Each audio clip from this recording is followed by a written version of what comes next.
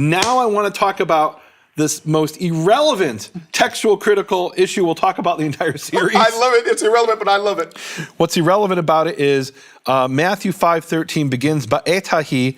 In the Hebrew, it begins at that time, and it's not in the Greek, which is pretty interesting. Am I correct there, Matt? 5:13 says in the Greek, inspired, you are the salt of the earth. And yet, when we get to the Hebrew, there's this phrase. At that time, Yeshua said to his disciples, you are salt in the world, and if the salt shall cancel its taste, with what shall it be salted, and is not worth anything, but shall be cast outside to be trampled underfoot. So this phrase, ba'etahi, at that time, in this section survives in 20 manuscripts. I went through all the manuscripts, checked to see what the exact letters were. And in one of the manuscripts, we have this thing, which is a bit hard to see in the black and white photo. Let me show it to you. If I can find it now, it's all of a sudden disappeared. Here it is, man. I call this manuscript K.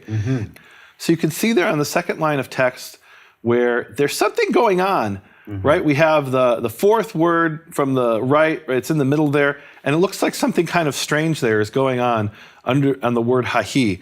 It's hard to tell in the black and white photo what it is, and until 2 years ago, all we had was the black and white photo. And you talked about how I flew here from Dallas to do this program. Well, to get images of some of these manuscripts, I flew to England. This is the photo I took in Cambridge, England, and you can see clearly what happened there. What happened is someone originally wrote ba'et hahu, and hahu is the masculine form of that. Hebrew distinguishes between the masculine word that and the feminine that, and hahu is masculine, hahi is feminine. Doesn't change the meaning at all. In fact, you could say one is grammatical and one is obviously a mistake. And what happened was the scribe who copied this, or maybe the scribe who proofread it, came along and said, wait, it's supposed to be a yud, not a vav. And so he took his scribe's razor, and he scraped off the bottom of the vav and turned it into a yud, making it match all the other manuscripts and what was grammatically correct. So here's an example of a textual criticism issue which doesn't change the meaning, isn't really important. What it does show is that there were people attempting to keep this text as accurately as they could. So in that sense, it's kind of important, right? I think it's important.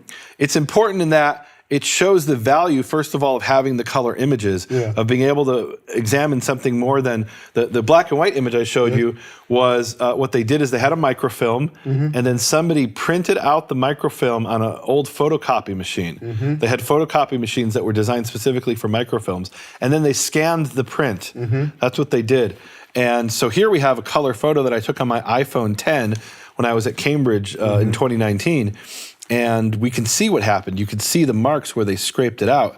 And what this shows you is that, number one, these scribes are doing the best they can. It also shows you the types of processes that took place of how we end up with textual criticism, right? Why did the original scribe make the mistake? Because he wasn't a Hebrew speaker. And in his mind, and this is a bit of a complicated thing, but let's explain it. How do we know if a word is feminine or masculine in Hebrew? If it ends in ah, and specifically kamatz he, then 98% of the time it is feminine, right? The word Torah, Torah is feminine. The word, I don't know, say another word, isha is feminine, ends in kamatz he. The word yalda ends in kamatz he, it's feminine. If a word doesn't end in kamatz he, by default, it is masculine. And so to know if it's ba'et hahi or ba'et hahu, meaning the vav or the yud, you would look at the word eight, time, and you'd say, does it end in kamatz he? And the scribe is copying, and even subconsciously he says there's no kamatz he, and he writes hahu. Except eight is an exception to the rule. And it is feminine, even though it doesn't end in kamatz he. And there's a lot of words like that. The word cherev, sword, is feminine. Even though, I mean, what could be more masculine than a sword, to speak in Freudian terms. But actually, cherev, sword, is feminine. And so you would have to have a feminine adjective, feminine, in this case, pronoun assigned to it. And so another word that ends in kamatz he is Yehovah, that is not feminine, it's masculine, obviously. Yonah, Jonah, ends in kamatz he, is masculine. Yonah, the name. And so in any event, so what happened here is the scribe who's copying this, and he's not a native Hebrew speaker, he makes a natural mistake for someone who doesn't speak a language that distinguishes between masculine and feminine. or at least doesn't the way that Hebrew does. So he makes that mistake. And so the proofreader comes along and fixes it. Now, Nehemia, most people would say, who cares, right? Now what, so what? When this happened, hahi, I said to myself, I wonder if there's something else that we could look at. And sure enough, can you tap with me? Okay. This is What do you exciting, got? folks. Dr. Mark, this is for you. So when we say ba'et hahi, we find that 67 times in the Masoretic text, right? Ba'et hahi is in the Tanakh. But here's the thing that's really interesting. I went to Joshua chapter 5, verse 2. I want you to go to Joshua. I got it here. I want you to go to Joshua 5:2. And it says, ba'et hahi in English, at that time. And then it tells something that happened. Can you tell us in 5:2 what it says, what the translation is? Okay. Ba'et hahi amal Yehovah Yehoshua. At that time, Yehovah said to Yehoshua, What? Aseh lecha chavot tzurim. Make for yourselves swords of flint. Stop there. Go to Joshua 6:26. 6:26. Read that for us in Joshua 6:26. Vayashba Yehoshua ba'et hahi lemor. Stop. Say it again. At that time, Yehoshua caused the people to swear, saying, Go there. Aru ha'ish lifnei Yehovah asher yakum uvana et ha'ir hazot et Yericho. Cursed is the man before Yehovah who rises up and builds Jericho. Bibchoro yihastena ubibtziro yatziv dlateha. Do you know that oath came to pass? It did. Okay, here's what's happening, Nehemia. In the book of Joshua, when he says ba'et ha'i, there's a shift. Ba'et ha'i. Yehovah said unto him, make flint knives. This is going to be circumcision. Ba'et ha'i, Joshua 6:26. And you'll find this shift after shift after shift. In the book of Hebrew Matthew, when we see ba'et ha'i, it is a shift. We're going to find it a couple times later. So when he says ba'et ha'i, what does he say? He says ba'et ha'i, and where are we at here? Read the verse in Matthew 5:13. Yes. All right.